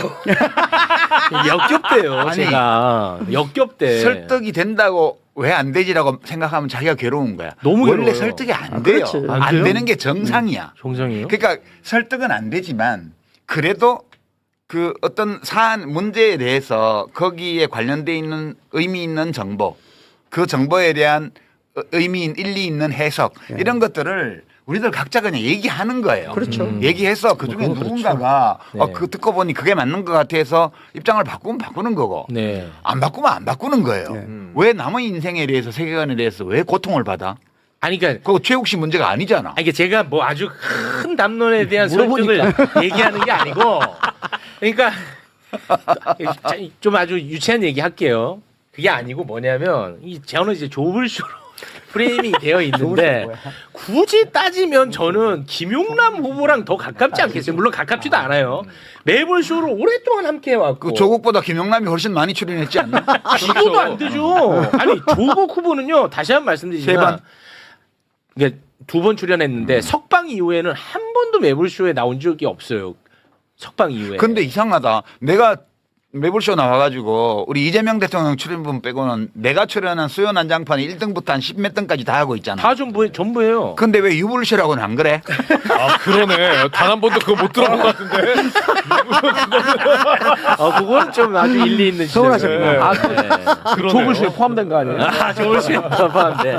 그러네요. 예. 아니 그리고 여러분이 만약에 저라면 자 여러분이 접니다. 체육은 뭐 보면은 평론가들이 체육은 어차피 돈밖에 모르니까 돈에 쫓아갈 거다. 얘는 조회수의 노예니까 조회수 쫓아갈 거다. 유시민은 책 팔아먹으려고 나오는 거다. 그거는 진짜 제가 정말 너무 화나는 네. 얘기고. 이제 그런단 말이에요. 그러면 여러분이 저라면 그 소수 정당이 뭐라고 조국 후보를 지지하겠습니까? 여러분이 저라면 할 이유가 없는 거예요. 저의 사적 욕망에 따라서도. 그리고 실제로 저는 뭐 조국 후보에 대해서 뭐 옹호하거나 지지하거나 그런 걸 표명한 적도 없고. 저는 예를 들면 이번 광주에 지방선거 할 때 저는 개인적으로 진보당을 지지할 생각이거든요. 그럼 저는 왜 엄청나게 욕해야 되잖아 사람들이. 이거 안 해요. 진보당 할 수 있죠. 아니 그러니까 이렇게 생각한단 말이에요. 근데 조국 딱 찍은다 그러면 아마 난리 날 거예요. 그거 큰일 납니다. 네. 왜 그럴까 사람들이. 이것은 쉽게 말하면 너무 예민할 정도로 예민해요? 권력 투쟁하고 있는 거예요. 또 근데 그게 나쁘다고 생각하지 않아요. 그냥 나쁘지 않아요? 그런 거죠. 뭐 아니 왜냐면 오늘도 제가 보세요. 지금 준비한 이슈가 지금 부산 북구가 이거 오늘 재밌는 영상 많거든요. 그런 거는 다른 데서도 많이 하잖아. 아니니까? 매불쇼는 매불쇼만이 하는 어떤 거. 그러니까 이런 이제 그 에너지가 맥락에서 좀 분산되는 것 같아요. 조금 재미는 없지만 한 가지는 꼭 말씀드리고 싶어요. 저는 그러니까 이재명 정부가 이전에 세 분의 진보 민주 진영의 어떤 정책을 유효받으면서도 패러다임 전환을 하는 게 있다고 보거든요. 맞습니다. 두 가지가 있는데 가장 큰 게 이제까지는 모두가 이 권력을 또는 모든 기구를 분산하자. 지역 자치를 좀 끼고 이 정도였는데 이재명 대통령은 확실한 건 뭐냐? 5특 3국이라는 건 제가 보기엔 패러다임 전환이거든요. 다시 말하면 5극 3특 아니에요? 5극 3특. 그러니까 1극 체계를 확실하게 전환시킬 수 있는 계기를 마련하겠다는 거예요. 이건 저는 그렇지. 엄청나게 높이 평가하는 편이에요. 네. 그런데 그 기회를 지금 호남이 가장 먼저 잡았다고 봐요, 저는. 어쨌든. 그러면 다른 지역도 이번 선거가 어떻게 이루어지냐에 따라서 이재명 정부 시절에 5극 3특으로 가는데 어느 정도 부합해서 갈 수 있냐가 문제라고 보거든요. 저는 부산은 나름대로 저는 이번에 전주시 장관이 되면서 같이 갈 수 있다고 봐요. 네. 부울경은. 그러면 나머지가 문제거든요. 예를 들면 충청도도 지금 그 지지하는 후보들이 될 것 같으니까. 그럼 핵심은 두 군데인데 저는 그래서 대구 분들한테 진정을 호소하고 싶어요. 김부겸. 김부겸. 이런 분들이 이번에 저는 돼서 대구 경북이 이재명 정부에서 처지지 않길 바랍니다. 혜택을 좀 진심으로. 받았으면 좋겠어. 혜택을 받길 바랍니다. 나 진짜 그래서 효능감 한번 느껴보고. 그렇죠. 진짜 그동안에 어떤 본인의 갇혀있는 생각이 좀 한번 트이는 기회가 됐으면 한번 좋겠어요. 그런 저는. 어렵겠지만 김부겸. 근데 지방선거는 저는 이제 약간 지금 저 선거 비평도 안 하고 그러는데 네. 제가 지난 한 10년 동안 계속 선거 때마다 선거 비평을 해왔는데 이번에 안 하잖아요. 네. 사실 이번 지방선거 늘 지방선거는 그렇지만 시장, 군수, 도지사 이런 거 뽑는 선거잖아요. 네. 그 잘못 뽑으면 자기들만 손해잖아. 그러니까 그러지 그러니까 않았으면 국회의원 선거는 어느 지역에서 잘못 왕창 뽑아 놓으면 입법권을 중앙에서 모여서 행사할 때 나라를 엉뚱한 방향으로 끌고 갈 맞습니다. 위험이 있기 때문에 네네. 이게 그런 건데 네. 대구시장 잘못 뽑으면 지금 내란 피의자로 기소해 있는 사람 뽑았다. 그 대통령하고 협조도 안 되고 아무것도 안 됐다 그러면 대구 사람이 손해 보는 거죠. 그러지 않았으면 좋겠어요. 그러니까 그것이 다른데 영향을 별로 미치지 않아요. 그래서 저는 이걸 볼 때 김부겸 됐으면 좋겠어 이번에라고 생각하면서도 안 되면 대구 사람 손해지. 못 그렇게 저는 생각을 해요. 못 됐어. 그래서 한번 말씀해 주시라는 거예요. 아니 그런 거고. 대구 분들한테 제가 보기에는 저는 이제 광주 사람이지만 대구가 이번에 뭔가를 크게 손해 보는 방식으로 결정이 나면 너무 안타까울 것 같아요. 안 돼. 그래서 한 번 더 호소드리고 싶어요. 사실은 지금 민주당이 총력을 기울여서 대구를 어떻게든지 김부겸 전 총리를 당선시키는데 최선을 다해야 된다 보거든요. 네. 그래서 한번 꼭 그 말씀을. 근데 저는 이제 김부겸 후보는 그것보다 네. 승패야 뭐 알 수 없죠. 지금 딱 붙어 있다고 그렇죠. 그러니까 승패는 알 수 없는데 될 수도 있고 안 될 수도 있겠죠. 근데 이제 저는 김부겸 후보를 20살 때부터 알거든요. 엄청 제가 20살 때. 오랜 인연입니다. 제가 20살 때부터 알아요. 오. 그러니까 지금 일제강점기보다 더 오래 알아왔다고요. 지금. 오랜 인연이야. 근데 이제 어렸을 때 20대 때 알았던 김부겸이 이제 한 30년 동안 없어졌었거든. 그게 군포에서 어렵게 국회의원 되면서 네. 이 양반이 그렇게 호쾌한 양반인데 아주 조심성 많고 너무 신중한 사람으로 바뀌어버렸어. 말도 너무 눈치 봐가면서 하고. 그래서 제가 실망이야. 내가 알던 김부겸 형은 없어져 버렸어. 이렇게 생각하고 있었어요. 네. 근데 이번 대구에 출마한 거는 진짜 봉사하는 마음으로 마음 비우고 나오신 것 같아요. 맞아요. 이 언어가 이 거리에서 말이 마이크 잡아서 하는 이 말이 네. 내가 20살 때 봤던 김부겸 형 오. 그 느낌이 확 살아나는 거예요. 제가 그거 보면서 그래요. 저 형님은 이번에는 진짜 완전 마음을 비우고 오로지 공적인 어떤 동기 그것만 100% 가지고 나오셨나 보다. 그러니까 이미 승패에 연연하지 않고 자신의 길을 가고 있어요. 저는 되게 아름다워 보이더라고요. 야, 저 형님 일제강점기보다 더 긴 세월이 지나서 드디어 옛날 모습으로 돌아오셨네요. 저는 그런 거 보면서 혼자서 그냥 낄낄거려요. 이 형 오랜만에 만나네 이러면서. 너무 좋다. 이 결과까지 아름다우면은 뭐 금상첨화 아니겠습니까? 민주당에 조금 그 선거에 조금이라도 보태고 싶은 분들은 대구에 가서 또 대구에 전화하고 그래서 대구가 한번 변하면 저는 이재명 정부 시절에 이런 문제가 좀 극복되고 그래서 하면 너무 좋을 것 같아요. 그러니까. 그래서 다른 거 다 잘못돼도 대구가 되면 좋을 것 같아요. 저는 부산 북구갑에 워낙 관심이 많은 사람이라서. 예. 별로 관심 없습니다. 솔직히 저는 그래 관심 근데 없어요. 우리 죽고 사는 문제야. 이 종편수계는 더 고통스럽거든 아니, 나보다. 아니 저기 윤석열 탄핵의 동지잖아 한동훈이.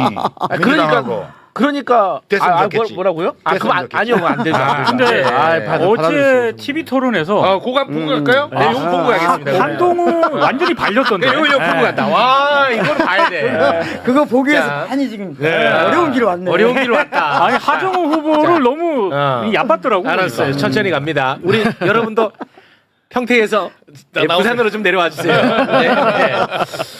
평택 관련해서는 뭐 그 정도로 정리하고 사실은 뭐 평택에 국한된 이야기는 아니었던 것 같고 앞으로에 대한 이야기를 했던 것인데 뭐 생각의 차이도 있습니다만 아무튼 진정성 있는 얘기. 아니 요 얘기는 또 제가 또 사족인지 모르겠지만 유시민 작가가 조국이 대통령 되면 뭐 하겠습니까? 이분이 무슨 공직에 나가려는 의도가 있는 것도 아니고 무슨 권력을 탐하는 분도 아니고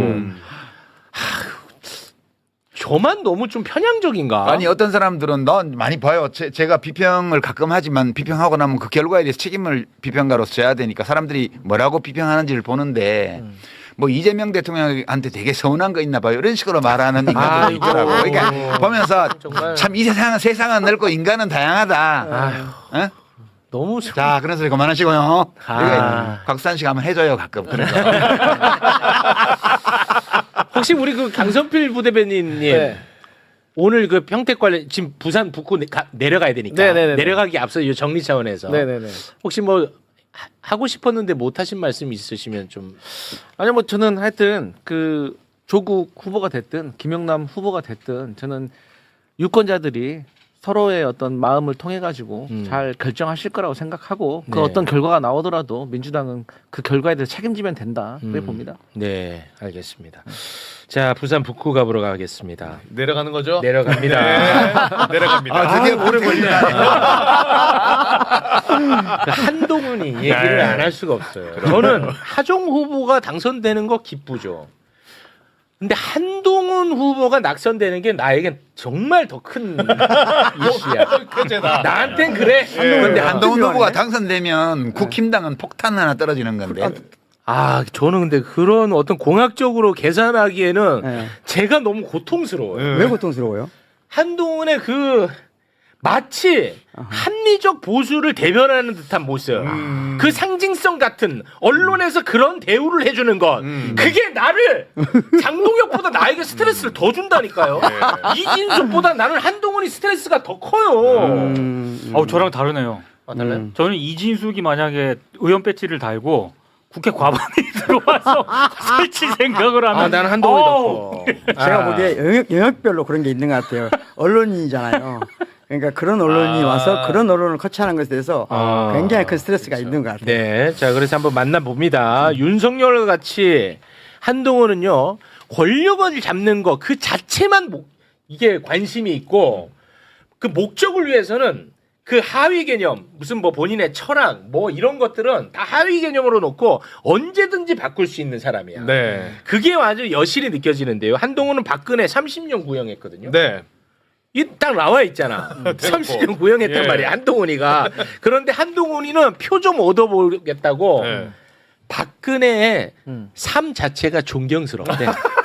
이게 말이 돼? 야, 말이 돼? 30년을 구형한다는 건 뭐야? 검사 입장에서 이런 사람은 쓰레기라는 거야. 이 격리시켜야 된다는 거야. 30년간. 그렇죠. 근데 삶을 존경한대. 그거 잠깐 보겠습니다. 전 박 전 대통령의 인품과 그동안의 삶을 존경합니다. 존중하고요. 박 대통령께서 여러 가지 생각을 하고 판단하신 것이기 때문에 제가 존중합니다. 와, 이게 가능하냐 이겁니다. 인품까지 들어갔구나. 인품까지. 근데 저 삶의 궤적. 발언의 문제는 뭐냐면 네. 상당히 앞뒤가 다르고 논리가 안 맞는 게 자 저러한 저 발언에 대해서 박민식 후보가 지적을 합니다. 네가 30년 구형했잖아. 요거 준비돼 있어. 그랬구나. 이거 재밌어. 철저하구나. 거기까지 가기 전에 잠깐만. 그러면서 30년 구형을 윤석열에게 떠넘기고 박민식을 비판해. 네. 뭐라고 비판하냐? 그러니까 비판하거든 아무튼. 네. 근데 윤석열하고 박민식을 비판하거든. 그런데 자아 비판 같이 보여. 나한텐 그래. 네. 내용이 딱 지 얘기야. 그거 잠깐 보겠습니다. 박민식 후보는 그 30년 구형을 결정했던 윤석열 대통령을 대통령으로 만들기 위해서 나섰던 사람이고 너잖아. 그리고 그 다음에 거기서 장관 자리 했던 사람이고 너잖아. 그 이후에는 윤어게인 하면서 탄핵 때 윤석열 대통령 돌아와야 한다라고 계속 지금까지도 윤어게인 주장하는 사람입니다. 그런데 지금 윤석열 대통령이 구형한 30년을 너잖아. 저한테 뒤집어 씌우고 그리고 자기가 그렇게 물고 빨았던 윤석열 너잖아. 대통령이 했던 30년을 그렇게 얘기한다고요? 그러네. 너잖아. 아니 저거- 그래 안 그래? 너잖아. 저거는요. 진짜 지금 윤석열에게 30년을 구형했다고 한 거잖아요. 네. 근데 당시 언론 보도를 보면은 한동훈이 구형했다라는 보도가 많아요. 그러니까 그건 팩트인 것 같아요. 근데 이제 윤석열한테 구형을 했다라고 사실과 다른 얘기를 했거든요. 윤석열이 네. 결정했다는 거죠. 아니 지금은 구형했다라고 얘기를 했습니다. 그렇습니다. 중요한 거는 30년을 윤석열이 구형을 하든 그 목소리로 구형을 하든 한동훈이 하든 그건 중요한 게 아니에요. 자기가 검사로서 수사해보고 조사해보니까 이 사람 나쁜 사람이네라고 판단을 했으면 그 수사팀의 의견에 동의한 거예요. 그렇습니다. 그럼 끝나는 거지. 뭐 네가 얘기하나 내가 얘기하나 뭐가 달라지냐 이거예요. 맞습니다. 그리고 너무 욕하지 마요. 스스로가 그네들 술만 해봐. 그리고 스스로가 대선 후보가 되겠다는 사람이 구질구질하다, 물고 빨고 이런 짜치다. 표현 쓰는 게 맞아요. 정확합니다. 맞아요. 그 민중의 언어로 해보려고 노력하는 걸 가지고. 괜찮아. 다음에 또 아니, 제가 너무 포용력이 없네요. 그럼 아니. 그 조희대가 이재명 대통령에게 공직선거법 그 위반 네. 허위사실 공표죄 네. 파기환송했잖아요. 그렇습니다.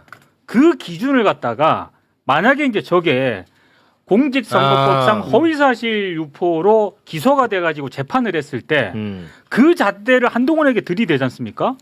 저 걸려요 저거. 그렇습니다. 네. 예. 자, 그럼 이제 토론회 한번 보겠습니다. 토론회. 예. 한동훈이는 아마 이렇게 생각했을 겁니다. 나의 깐족 기술로 하정우 얘 정도는 그냥 아주 박살 낼 수 있다. 나경원 울면서 간 거 봤지? 봤지? 아마 진짜 그렇게 생각하고 왔을 거고 너무너무 설렜을 거야. 오는 길이 막. 오는 길이. 그런데 이게 웬걸?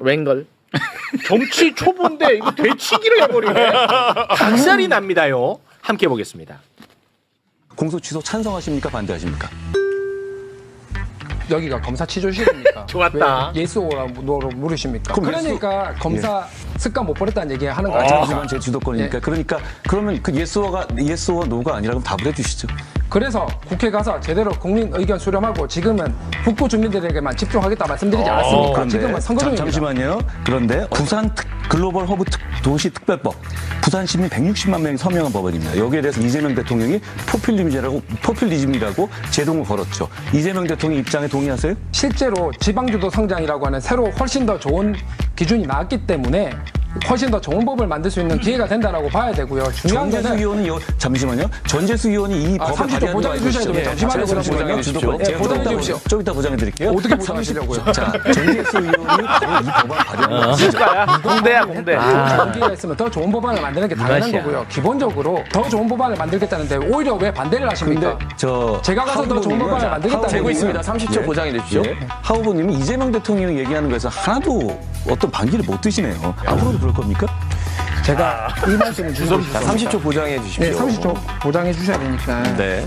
자, 30초 제겠습니다. 저는 여러 가지 코멘트를 드리고 있지만 이런 걸 하셨던 분이 반기를 드네 만에 이렇게 얘기하는 게 말이 되겠습니까? 드네 만에. 실제로 한동훈 오 많이 준비하셨네. 내 거 다 막아내네. 야공이 있네. 와, 나 요거 깔끔했어요. 때문에 나 솔직히 평택 때문에 스트레스 많았는데 큰 위로가 되더라. 아니 근데 저는 30초 그 답변 말 그거 시간을 안 지켜주는 후보는 또 간만에 보네요 진짜. 아, 요거 아주 좋았습니다. 아, 네, 스트레스가 하정우 확 후보가 풀려. 본인이 아는 것에 대해서는 아주 또박또박 말 잘하는 스타일이에요. 네. 600번의 토론 아니 그 강연을 다녔던 사람이라서 말 잘해요. 그리고 이제 AI 시대 아닙니까? 그런데 그 퇴행적 질문을 또 합니다. 한동훈이가 심합니다. 요거 짧게 보겠습니다. 대한민국 주적은 누굽니까? 이거 어려운 문제 아니거든요. 국방부 엑스에 북한군과 북한 정부라고 나와 있는데 그걸 왜 또 물어보십니까? 다시 한번 아직도 물어봅니다. 철저한 30초 보장 부탁드립니다. 정확하게 나와 있고 그리고 안보 환경이라는 게 유연하게 바뀌기 때문에 이 부분도 고려해야 되지 않겠습니까? 그럼 지난 정부에서 드론 달려가지고 안보 위기 만든 거 그건 어떻게 하시겠습니까? 알겠습니다. 시부르게 알겠습니다. 알겠습니다. 내가 듣던 거랑 많이 다르네. 이제 외롭잖아. 예. 외로우니까 이제 박민 씨한테 쓱 갑니다. 너는 내가 잡자. 박민 씨한테 가가지고 아니 회심에 어. 정말 센스가 있는 공격 카드를 딱 꺼내. 아, 박민 씨한테. 이렇게 재치 있는 공격은 너네 못 봤지 하면서 딱 꺼냅니다. 네. 그런데 여기서 두들겨 맞아요. 아, 요거 아주 꿀맛입니다. 네. 함께 보시죠. 박민식 후보님께 제가 한 가지만 말씀드리겠습니다. 만약에 하정우 후보, 한동훈 후보 둘 중에 한 명이 당선돼야 한다면 박 후보님 누가 되길 바라십니까? 저는 둘 중에 누가 돼야 된다고 생각한다면 저는 박 후보가 돼야 된다고 선수죠. 생각해요. 아니 저는 박민식이 되리라고 한 달짜리 끝다방처럼 내려와서 이 절박한 북구 문제 발전시킨다 하는 거는 국민들이 신뢰를 안 합니다. 선배, 그건 제가 알고 있는데 그런 잠시만요. 부분에 대해서 둘 중에 누구를 박민식이 한동훈을 떨어뜨리고 아니죠. 그거는 마타도입니다. 저는 박민식을 아니 저 선배님 둘 중에 저는 선배님이라고 했잖아요. 선배님 주거리 막거리 해야지. 선배님 저 아닙니다. 선배님이라고 했잖아요. 내가 됩니다. 아, 요거 아이고. 덕분에 내가 아주 그냥 스트레스 확 풀렸네. 아, 정말 꿀맛이다, 꿀맛. 예. 평생 이런 얘기만 하고 살고 싶네. 아, 사실 좋잖아. 어제 저 TV 토론의 수준은 전반적으로 좀 낮았어요. 네. 낮았는데 한동훈이 일종의 반칙을 쓴 거죠. 근데 하정우 후보가 정말 대응을 너무 잘하더라고요. 잘했어. 예. 혹시 뭐 비하인드 있습니까? 일단 하정우 후보는 이제 스킬적으로 무조건 나는 나가서 한동훈을 규정하고 온다. 한동훈에게 뭐 구질구질 뭐 변명 듣지 않는다. 난 무조건 규정하고 오겠다. 딱 그 전략으로 갔는데 그게 집중했습니다. 근데 무엇보다도 한동훈이 너무 무시를 했어요, 사람을. 그랬기 때문에 허점이 드러난 거예요. 근데 누가 조언을 했는지 모르겠는데 좋은 코치가 있었던 것 같아. 그러니까 TV 토론, 선거 토론 할 때는 이렇게 면접 보는 게 아니거든요. 그러니까 상대방이 나한테 질문을 하면 상대방의 질문 취지에 맞게 대답을 하는 게 정답이 아니에요. 보통 이제 공부 잘했던 사람들이 그 덫에 걸리는 수가 많은데 상대방이 어떤 질문을 나한테 어떤 형식으로 하는 거는 나를 자기 코너에 몰아넣는 거거든. 그럼 그 코너에 싸움 얻어맞게 돼 있어요. 그때는 빨리 클린치를 해서 빠져나와야 돼. 보면 묻는데 답을 하는 게 아니고 자기 얘기를 해버리잖아. 저게 그러니까 이 후보자들 토론은 사실 정상적인 의미의 토론이 될 수가 없어요. 그렇기 때문에. 그래서 수준이 낮아지는 건 불가피한 거고요. 그러니까 상대방의 공격을 받았을 때 말이 질문이지 공격이잖아요. 그럴 때 그 코너를 빨리 빠져나와서 자기가 유리한 코너로 이동한 다음에 매기는 거죠. 그게 전형적으로 판넬 들어보인 거 있잖아요. 뭐 이재명 대통령한테 뭐 놓으라고 뭐 당연히 어쩌고저쩌고 야지 놓을 때 그 코너에서 아닙니다. 저는 할 수 있습니다. 이렇게 말하면 바보야.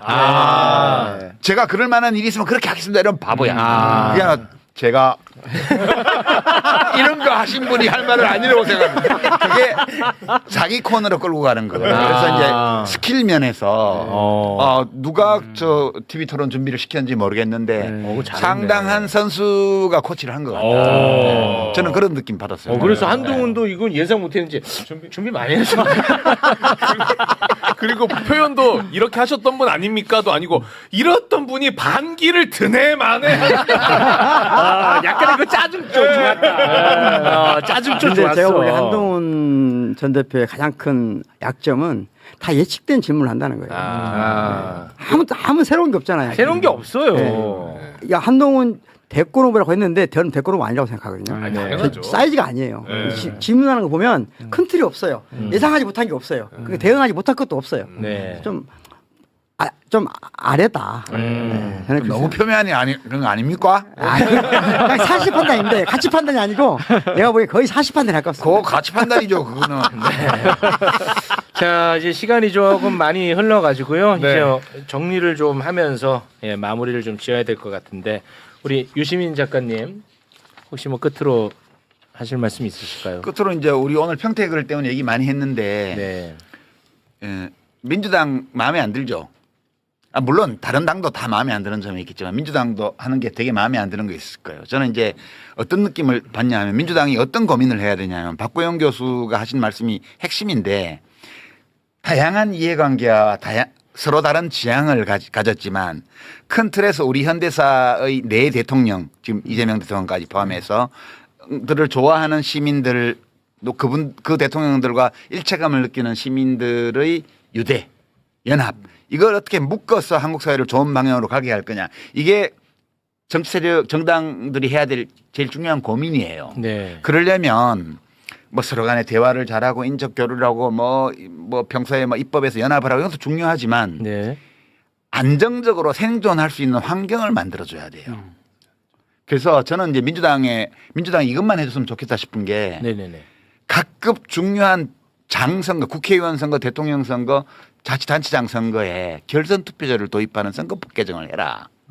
그러면 단일화니 뭐니 이런 것들 다 필요 없잖아요. 각자 다 나와서 해보고 누구든 이 진영에서 2등하는 후보가 있으면 그 사람으로 다 모으면 되잖아.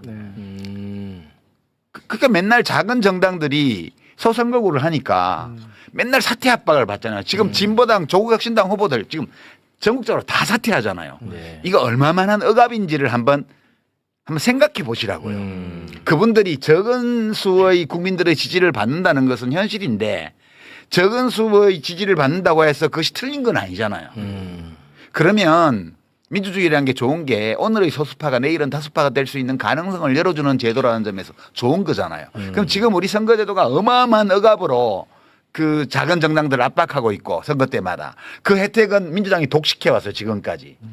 이걸 풀어줘라. 그러면 아니 꼭 이 방안이 아니더라도 무언가 다른 생각을 가진 사람들이 자기 나름의 정당을 만들어서 이 제도 속에서 존재하면서 시도해 볼 수 있는 생태계를 만들어주고 그 생태계 안에서 중심이 되어서 이런 연합 정치를 통해서 항구적으로 민주개혁 세력의 어떤 그 집권을 열어나갈 수 있는 이런 방안들에 대해서 고민하고 제안하고 대화하고 토론하고 국민들에게 설명하고 이런 노력을 1도 안 하고 있다는 것이 제가 지금 가지고 있는 제일 큰 불만이고요. 네. 아쉬움이고. 네. 근데 이제 저는 어떻게 생각하냐. 이 세상에 다 마음에 드는 게 어디 있어. 아니 우리 아버지라고 우리 엄마라고 내 마음에 다 드나? 그렇죠. 우리 형이라고 누나라고 동생이라고 다 마음에 드나? 자기 남편 자기 아내라고 다 마음에 들어요? 아니잖아요. 이 세상에는 100% 내 마음에 딱 드는 건 없다고. 그러니까 민주당도 내가 뭐 전반적으로 지지하는 정당이긴 한데 모든 면에서 나한테 내가 보기에 다 줄 수는 없다는 거예요. 그런 욕심. 네. 그러니까 뭔가 내 생각과 다르고 내 기대에 못 미친다고 해가지고 버리지 말라는 거예요. 그게 그런 게 정상이다. 그게 이 세상은 원래 그런 거다. 그렇게 해서 그거 있는 그대로 받아주고요. 그 대신에 지금 책임이 큰 당이기 때문에 그 당에 대해서는 이런 거 좀 해줬으면 좋겠어라고 요구도 하고. 그다음에 당원인 경우에는 당의 지도자가 되려는 분들에게 그런 요구도 좀 하고. 이렇게 해서 사실 지금 국힘당이 거의 극우 정당으로 지금 짜부러들고 있기 때문에 민주당이 얼마나 잘하냐에 대한민국 얼마나 잘 되냐가 거의 다 90% 걸려 있습니다.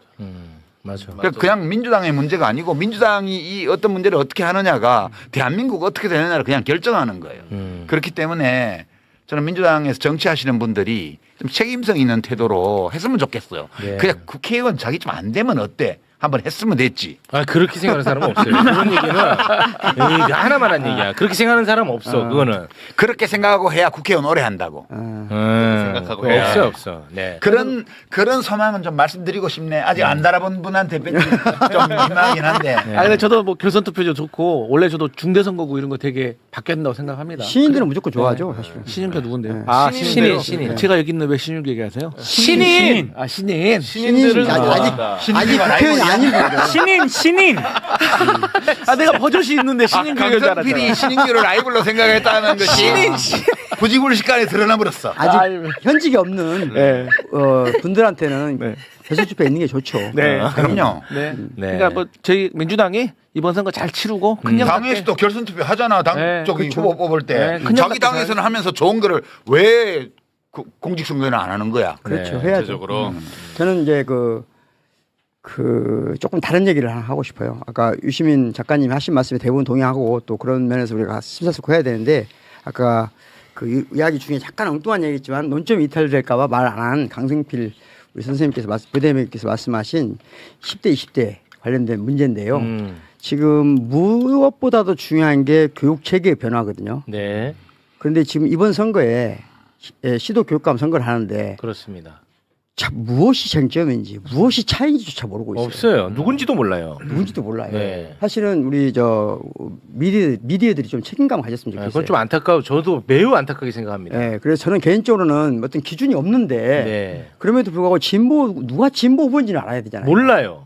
그래서 그 기준이 없거든요. 어떤 경우가 문제냐면은 나는 옛날에 운동했어. 그러면 진보인가요? 막 이렇게 주장하는 게 많거든요. 그래서 그러다 보니까 저는 개인적으로는 그래도 선거가 중요하고 비교적 민주 진보 진영이 절차를 통해서 대표 후보로 나온 사람들을 찾아보자. 그 정도 노력은 하자. 네. 그 정도 노력은 해야 이분들이 와서 학교를 조금이라도 낫게 한다. 저는 지금 현재 민주 진보 진영의 좋은 운동장이 10년 후에는 반대로 바뀐다고 보거든요. 이거 지금 진보 교육감 문제 선거 그냥 별거 아닌 걸 생각하면 큰일 나요. 우리 미래야. 그래서 저는 개인적으로는 이건 반드시 정당으로 들어와야 된다는 생각 갖고 있어요. 갖고 있는데 그건 나중 얘기고 네네. 우선은 어쨌든 범민주 진보 시민들이 이러저런 절차를 통해서 합의 추대한 사람들을 진보 진영으로 믿자. 네. 그리고 그분들을 좀 누군지는 모르지만 찾아보자. 선거하기 전에 그런 제안을 드리고 싶습니다. 아침에 뉴스공장에서 캡처해갖고 엄청 돌리더라고. 아침에 잔인하고 못 들었습니다. 알겠습니다. 자, 우리 민동기 기자님도 끝으로 어떤 말씀이든지 다 가능합니다.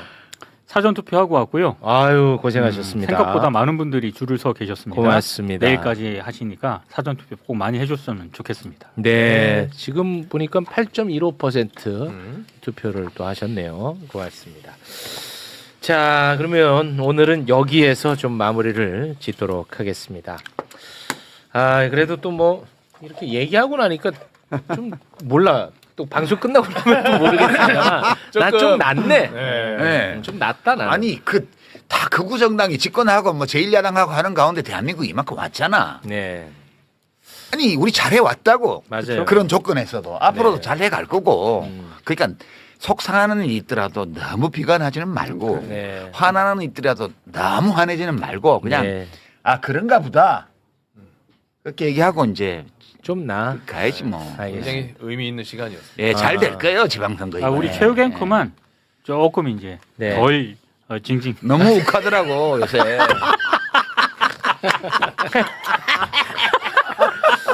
죄송합니다. 방송 네. 중간중간에 과호흡이 와요. 아닙니다. 오늘 진짜 저한테는 뭐 굉장히 좋은 시간이었습니다. 네. 네. 강성필 대변인님도 뭐 해야 되는데 말 참거나 그런 건 없었죠. 예. 뭐 예. 물 흐르듯이 너무 좋았습니다. 너무 좋았어. 아니 뭐 정편 수계가 이 정도시면 됐지. 네, 고맙습니다. 자, 그러면 네 분과 여기서 인사 나누고요. 저희는 이제 광고 보고 영화 이야기 하겠습니다. 오늘 함께 해주신 네 분 진심으로 고맙습니다. 고맙습니다. 고맙습니다.